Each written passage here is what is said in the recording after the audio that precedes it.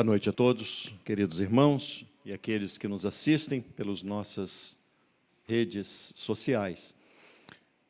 Conforme é sabido de todos, nós estamos completando 4 anos de plantação desta igreja e, com muita alegria, Deus tem nos agraciado e hoje nós estamos recebendo aqui o reverendo Jailton e a sua digníssima consorte, a irmã Fabiana, e também o primogênito Eduardo, não é isso? É uma alegria muito grande poder receber esses irmãos tão queridos. Eu gostaria de chamar o pastor Jailton à frente, por gentileza. E antes do pastor Jailton nos trazer a palavra de Deus, quero trazer à vossa memória, se talvez nem todos saibam, o pastor Jailton é o pastor titular da primeira igreja presbiteriana de Vitória, e é um pastor que temos um carinho muito grande, já mencionado algumas vezes a ele, falei disso, e no início da nossa caminhada, ele muito gentilmente abriu as portas. Eu estive lá, acho que uma vez, foi com você, não foi, Rodrigo? Depois, o pastor Jailton esteve aqui conosco também, fizemos aqui um período de oração, e fomos muito agraciados pelos conselhos dele, e pela maneira sempre tão gentil, que nos estendeu a mão, nessa trajetória de tanto aprendizado. E eu não podia deixar de mencionar esses fatos, que para nós têm muita relevância. São irmãos muito queridos, muito preciosos, juntamente com o reverendo Jailton.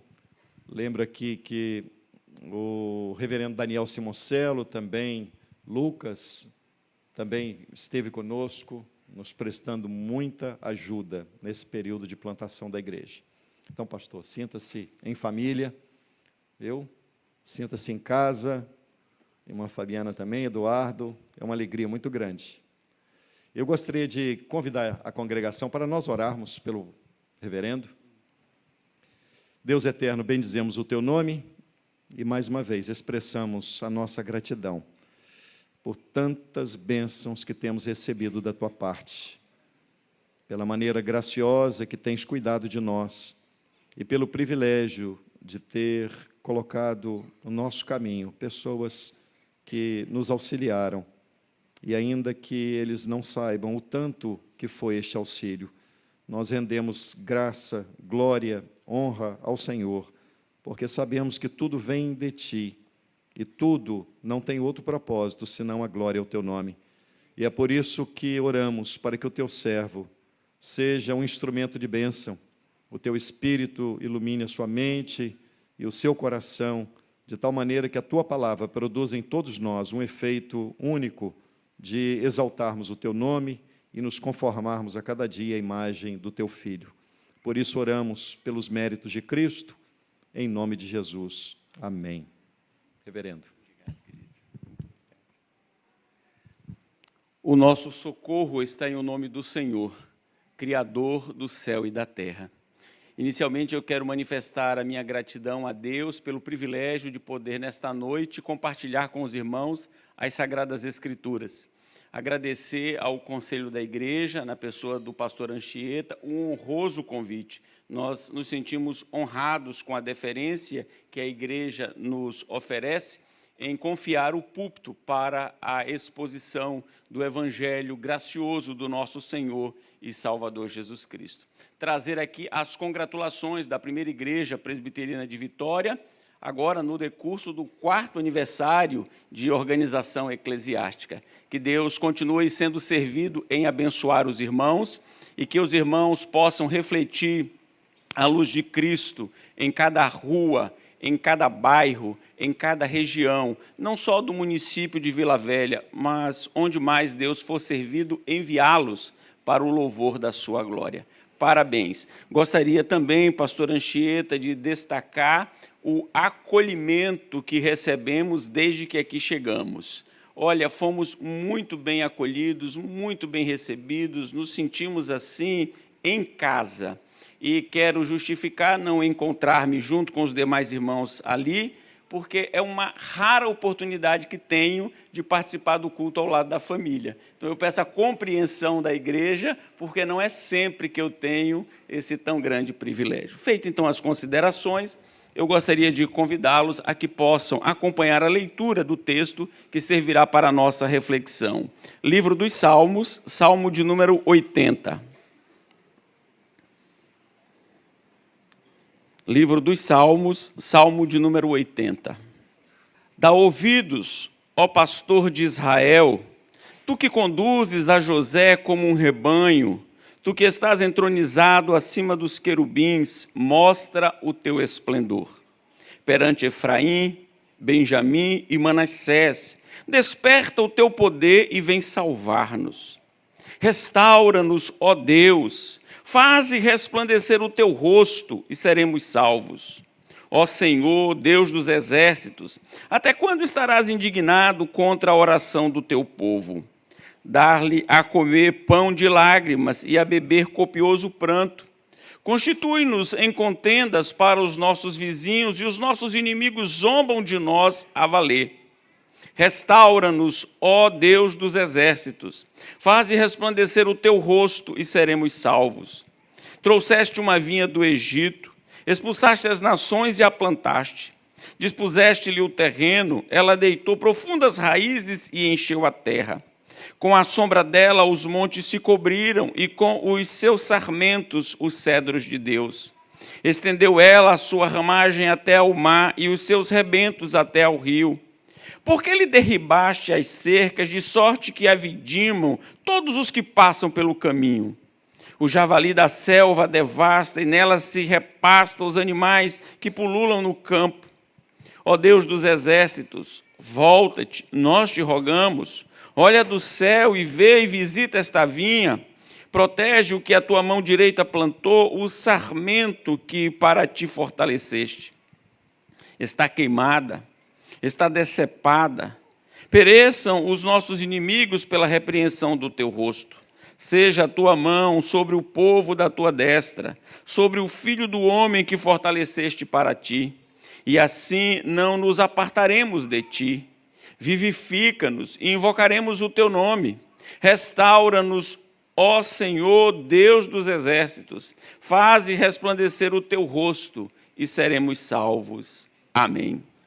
Quando falamos a respeito da fé reformada, quando nos lembramos da reforma e estamos aí às vésperas da comemoração de 507 anos da reforma protestante, geralmente o que nos vem à mente é o princípio quanto à questão das Escrituras, o fato de falarmos, de testemunharmos de que a Escritura, ela é a palavra de Deus, a nossa única regra infalível de fé e prática, que toda a Bíblia ela é inspirada, ela é suficiente, ela é inerrante, ou seja, o nosso compromisso com as Escrituras. Sempre que falamos sobre fé reformada, também nos ocorre o princípio regulador do culto, o fato de Deus desejar ser adorado conforme Ele ordenou em sua palavra.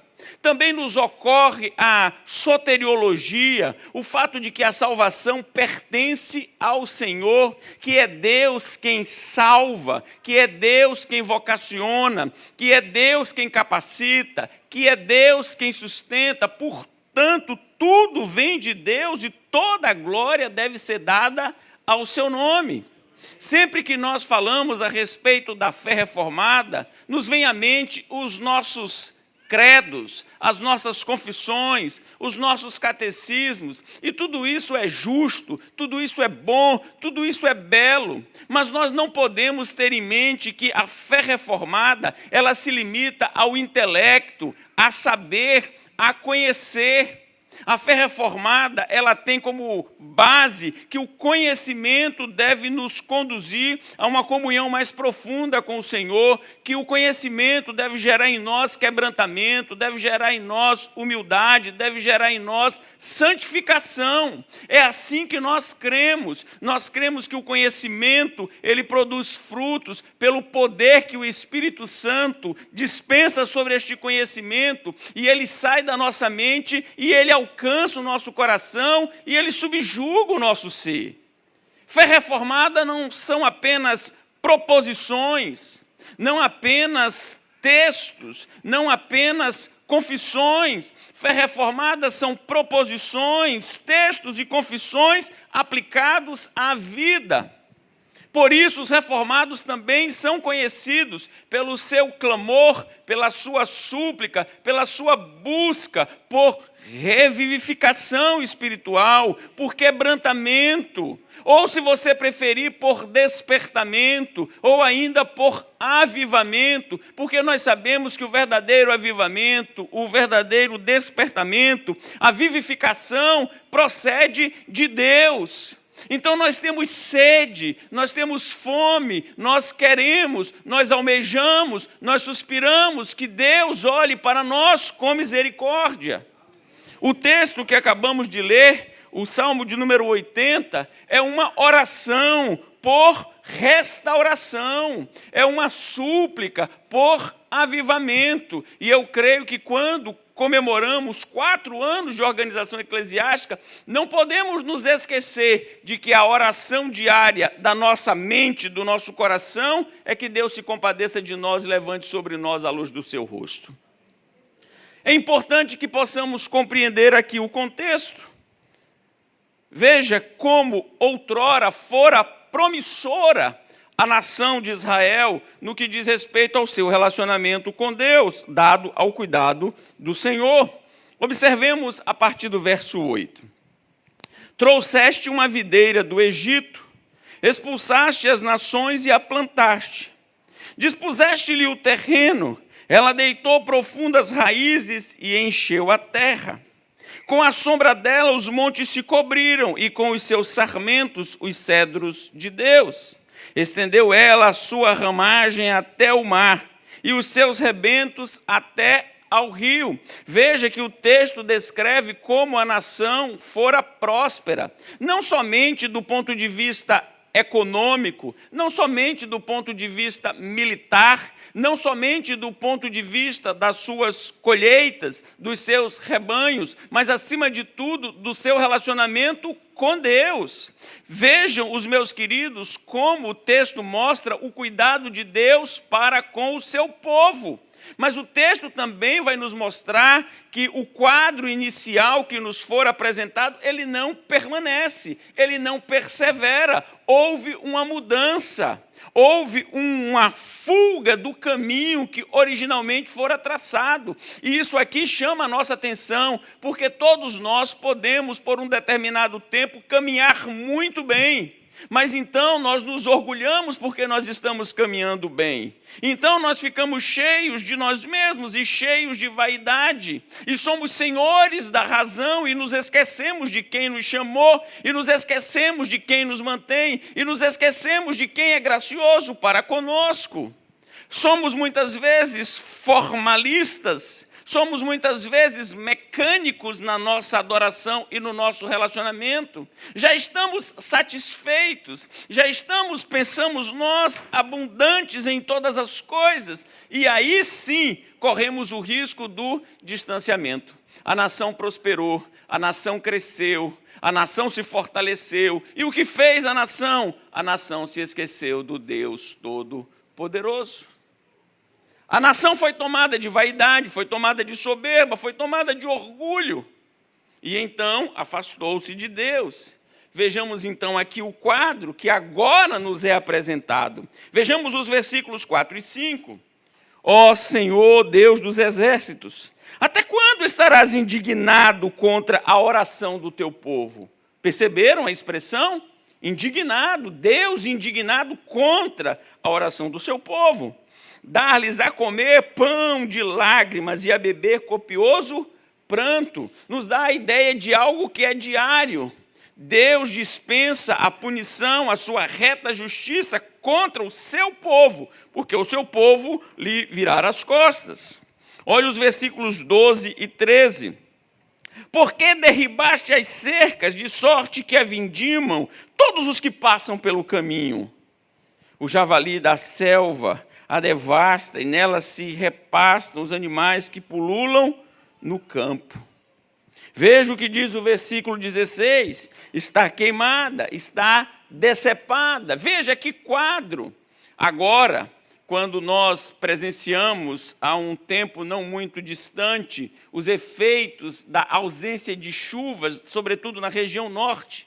Antes, rios caudalosos, rios que eram navegáveis, eles secaram, a ponto de só termos pedras e areia.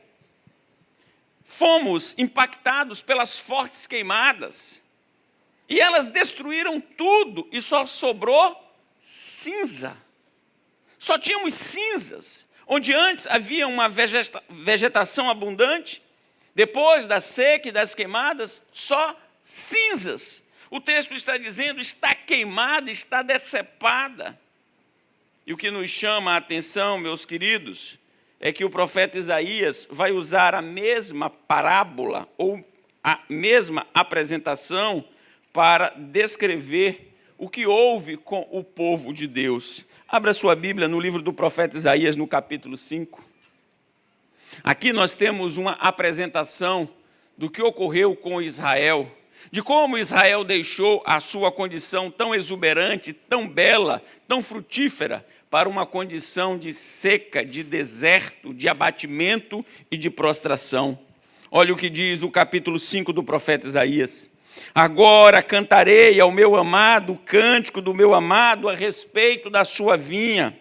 O meu amado teve uma vinha num outeiro fertilíssimo, sachou-a, limpou-a das pedras e a plantou de vides escolhidas. Edificou no meio dela uma torre e também abriu um lagar. Ele esperava que desse uvas boas, mas deu uvas bravas. Agora, pois, ó moradores de Jerusalém e homens de Judá, julgai-vos, peço, entre mim e a minha vinha. Que mais se poderia fazer ainda a minha vinha que eu não lhe tenha feito? E como, esperando eu que desse uvas boas, veio a produzir uvas bravas? Agora, pois, vos farei saber o que pretendo fazer à minha vinha. Tirarei a sua sebe para que a vinha sirva de pasto. Derribarei o seu muro para que seja pisada. Torná-la-ei em deserto. Não será podada nem sachada, mas crescerão nela espinheiros e abrolhos. Às nuvens darei ordem que não derramem chuva sobre ela. Porque a vinha do Senhor dos Exércitos é a casa de Israel, e os homens de Judá são a planta dileta do Senhor.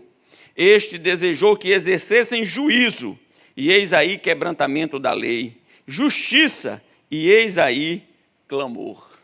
Aqui Isaías retrata de uma maneira belíssima e poética o que nós temos também aqui no Salmo de número 80.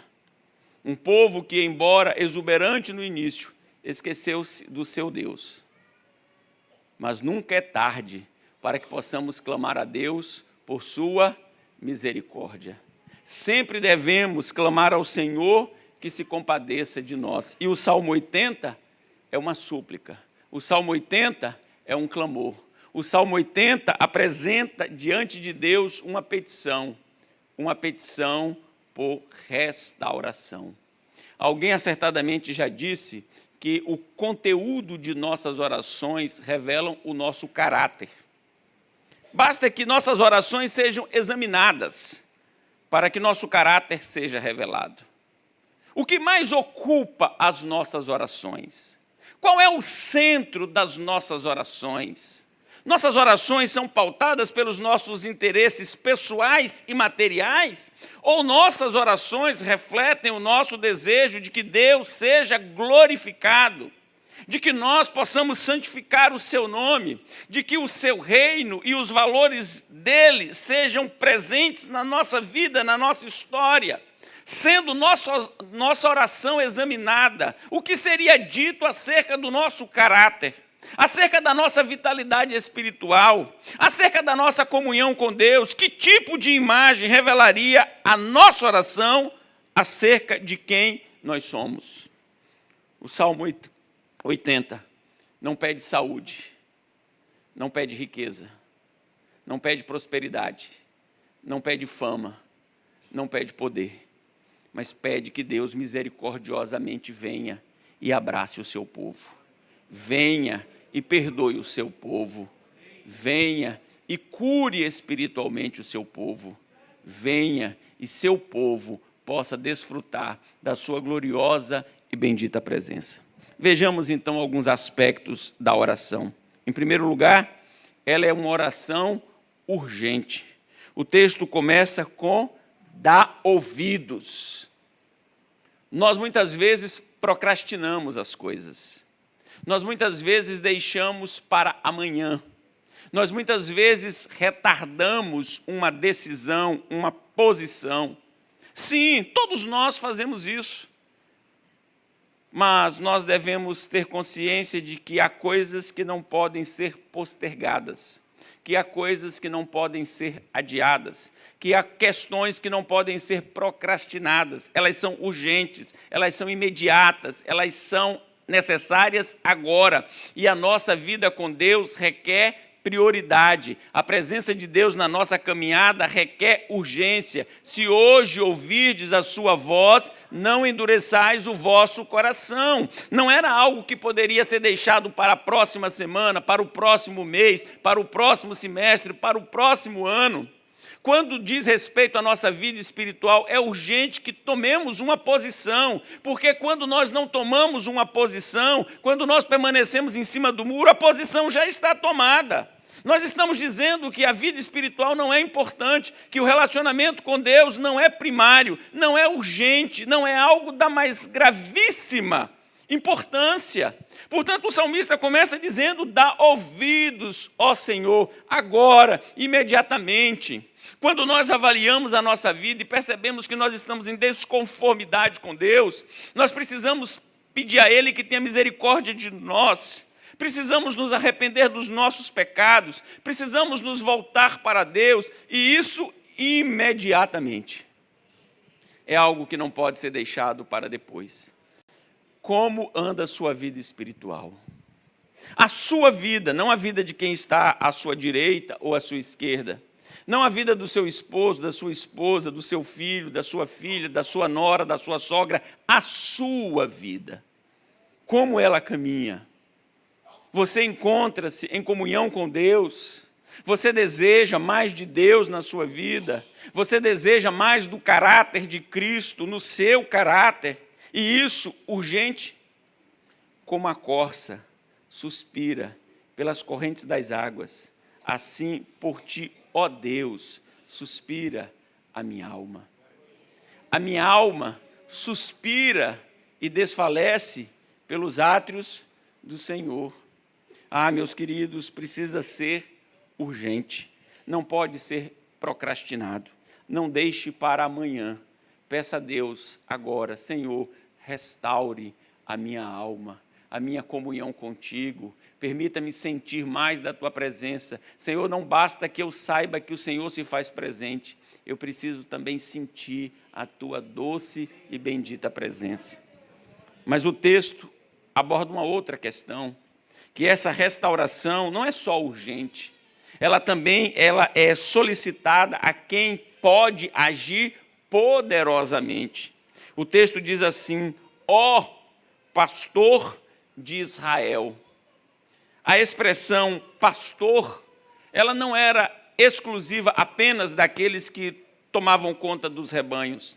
Era uma expressão de deferência também às autoridades. Os reis no Antigo Oriente Próximo, eles eram chamados, identificados, elogiados com o título de pastor. Porque o pastor tem a responsabilidade de conduzir, tem a responsabilidade de proteger, tem a responsabilidade de abastecer, tem a responsabilidade de liderar. Por isso os reis também eram identificados como pastor. E o texto aqui nos mostra que Deus, ele é o supremo pastor. Não há um pastor melhor, não há um pastor mais sábio, não há um pastor mais poderoso do que o próprio Deus. Por isso o texto é atribuído a ele, ou o título é a ele atribuído. Veja, por gentileza, o Salmo 77, versículo 20, diz assim: o teu povo tu o conduziste como rebanho, pelas mãos de Moisés e de Arão. Veja, por gentileza, o 78, no versículo de número 53, diz o texto bíblico: dirigiu com segurança e não temeram, ao passo que o mar submergiu os seus inimigos. Veja também os versos 71 e 72, que diz: tirou-os do cuidado das ovelhas e suas crias para ser o pastor de Jacó, seu povo, e de Israel, sua herança. E ele os apacentou consoante a integridade do seu coração e os dirigiu com mãos precavidas. Mas certamente o Salmo de número 100, no versículo de número 3, retrata esta ação de cuidado, de proteção e de misericórdia de Deus. Olha o que diz o Salmo 100, no verso 3. Sabei que o Senhor é Deus, foi Ele quem nos fez e dele somos. Somos o seu povo e rebanho do seu pastoreio. Veja que o texto diz que Deus conduz a José como um rebanho, que ele está entronizado acima dos querubins e, portanto, o suplicante pede que ele mostre o seu esplendor. Eu gostaria muito de poder realizar algumas mudanças na sua vida. Certamente que o pastor Anchieta também gostaria muito de poder realizar algumas mudanças na sua vida. Mas eu não posso, ele não pode. Até porque nós nem podemos mudar a nossa própria vida. E aqui é algo muito interessante.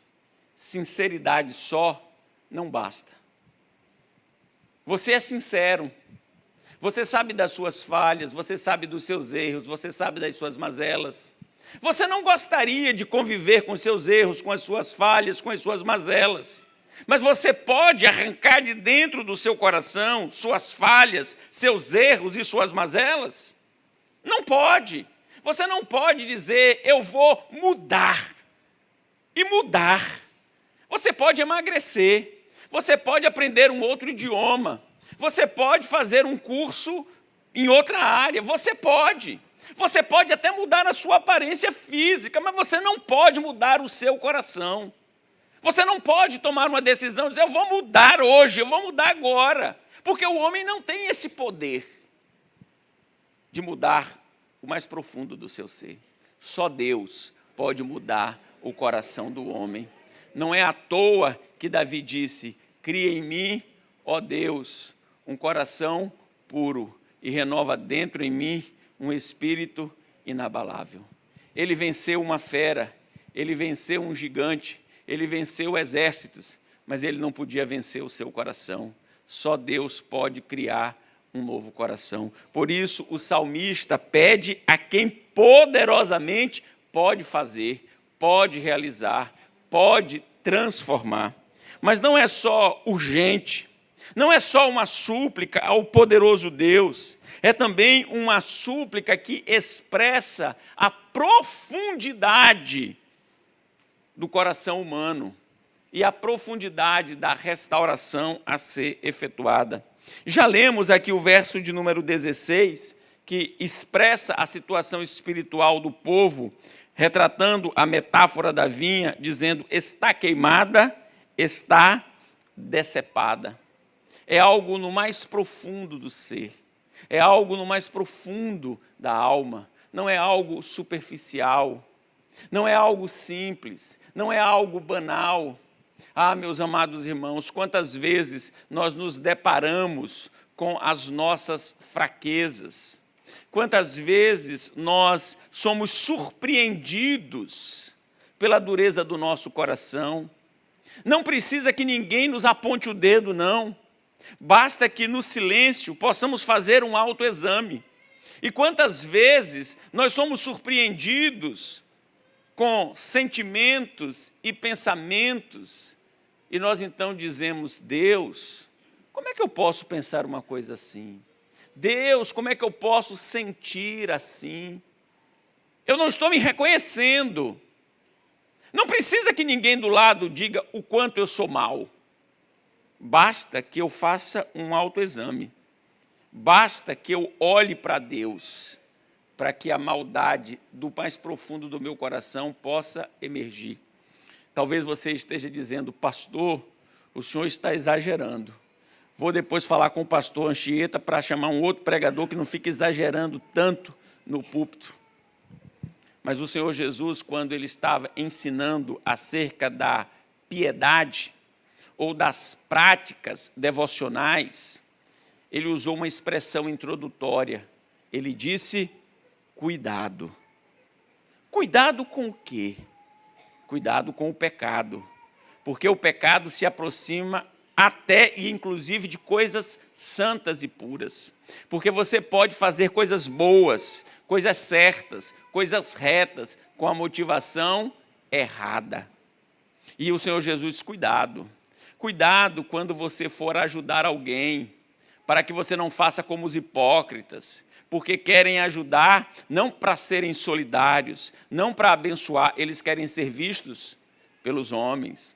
Cuidado quando você for orar, para que você não seja como os hipócritas, porque eles fazem longas e belas orações, mas não porque eles querem Deus e sua glória, é porque eles querem ser vistos, eles querem o aplauso. Como pode uma pessoa valer-se da oração para autopromoção? Por isso o texto diz, cuidado. Cuidado quando você fizer um jejum, que não seja público e notório, que seja algo particular, privativo, secreto entre você e Deus, de sorte que aquilo não sirva de propaganda, de marketing, para que as pessoas possam dizer como você é piedosa, como você é santo, como você é bom. Cuidado, cuidado, porque o nosso coração é desesperadamente corrupto, disse o profeta, ele é enganoso.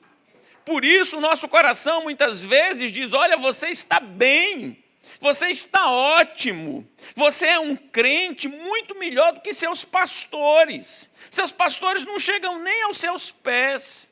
Você é uma pessoa espiritual, você é uma pessoa que tem comunhão com Deus, você é uma pessoa fantástica. O nosso coração diz isso, quando na verdade nele temos orgulho, egoísmo, vaidade, ira, ódio e tantas outras coisas. Isso não é uma coisa superficial, é uma coisa profunda. E é tão profunda que ele diz, está queimada, está decepada, está tudo aniquilado, mas o Senhor é poderoso para trazer à vida o que foi cortado, o que foi decepado, o que está queimado. Deus ele é poderoso para fazer das cinzas brotar a vida, porque ele chama a existência as coisas que não são. Ele é poderoso para fazer infinitamente mais do que pedimos, pensamos e até mesmo cremos. Ele é o Deus de toda glória. Por isso nós temos uma súplica para que Deus haja profundamente no nosso coração. Mas o texto não apenas fala de profundidade, o texto fala de abrangência. O texto vai falar que esta restauração ela se dê em todas as áreas da vida. Olha o que diz o 17.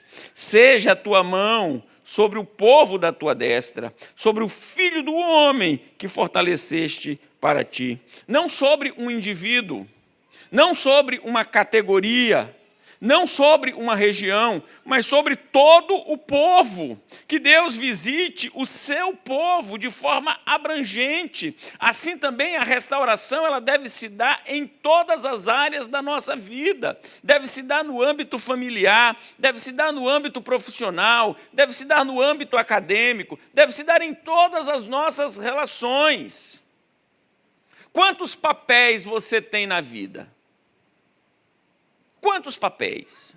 Você pode dizer, eu sou cristão, eu sou esposo, eu sou pai, também sou filho, sou irmão, sou sogro, sou genro, sou profissional, sou educador. Quantos papéis?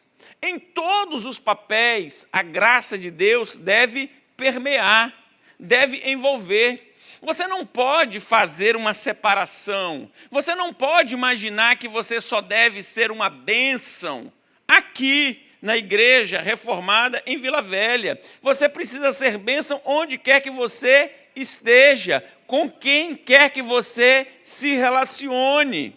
Não importa, precisa ser algo abrangente. Do Senhor é a terra e a sua plenitude, o mundo e aqueles que nele habitam.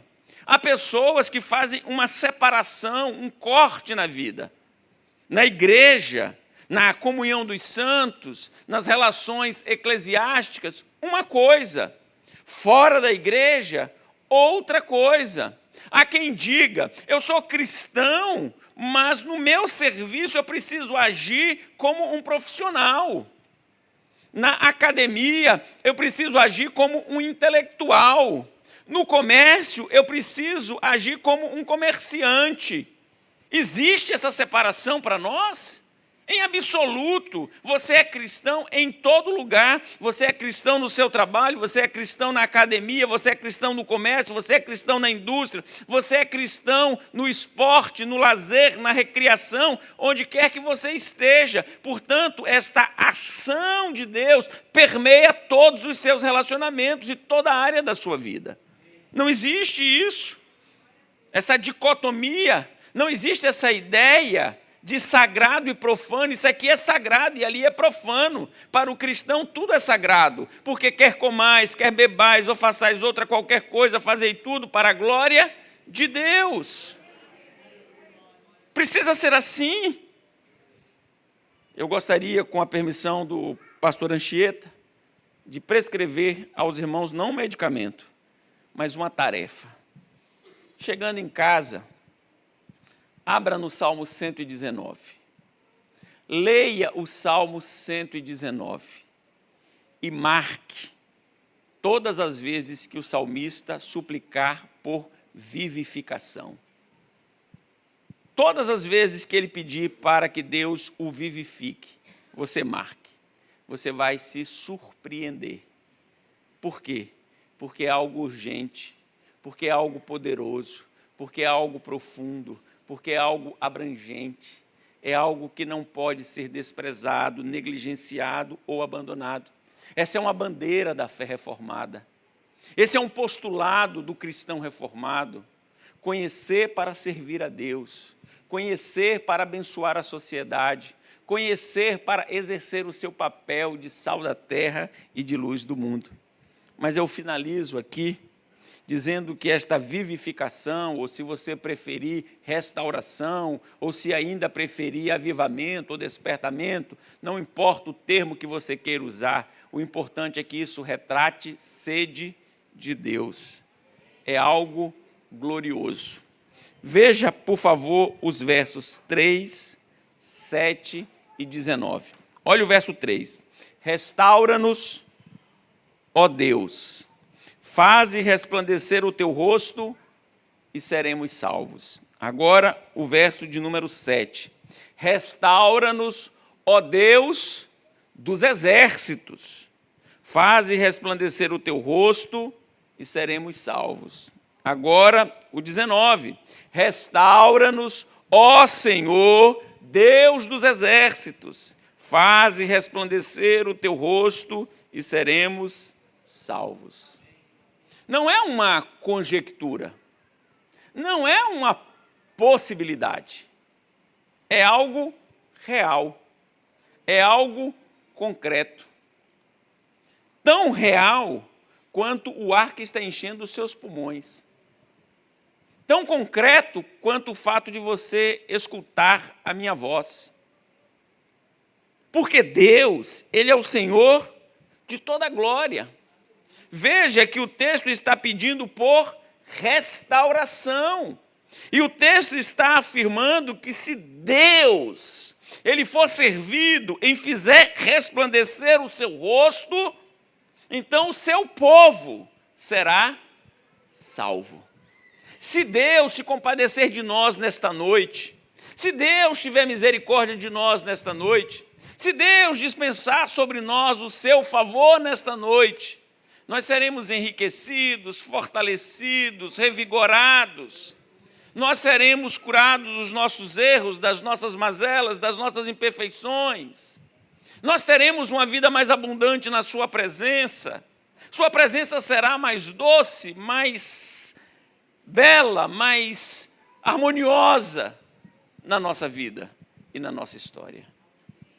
O que nos cabe é fazer o que o salmista fez: suplicar, suplicar e suplicar e esperar pelo Senhor. Esperei confiantemente pelo Senhor, e Ele se inclinou para mim e ouviu o meu clamor. Tirou-me de um lamaçal e colocou os meus pés sobre uma rocha. Ah, se Deus for servido em fazer uma intervenção. Ah, se Deus for servido em dispensar o seu favor. Então nós seremos ricamente abençoados. Parabéns, Igreja Reformada em Vila Velha, por 4 anos de organização eclesiástica. Parabéns pela fidelidade doutrinária. Parabéns pelo zelo para com a doutrina dos apóstolos. Parabéns pelo ensino, pela instrução. Parabéns. Mas que os irmãos nunca se esqueçam que ao lado da fidelidade doutrinária há também um coração aquecido, um coração quebrantado e contrito, porque é um coração quebrantado e contrito o Senhor não dispensa. Que Deus seja servido em abençoar a Igreja Reformada em Vila Velha e que possamos escutar em alto e bom som o quanto os irmãos estão impactando este município pela pregação do glorioso Evangelho da graça do nosso Senhor e Salvador Jesus Cristo. Amém.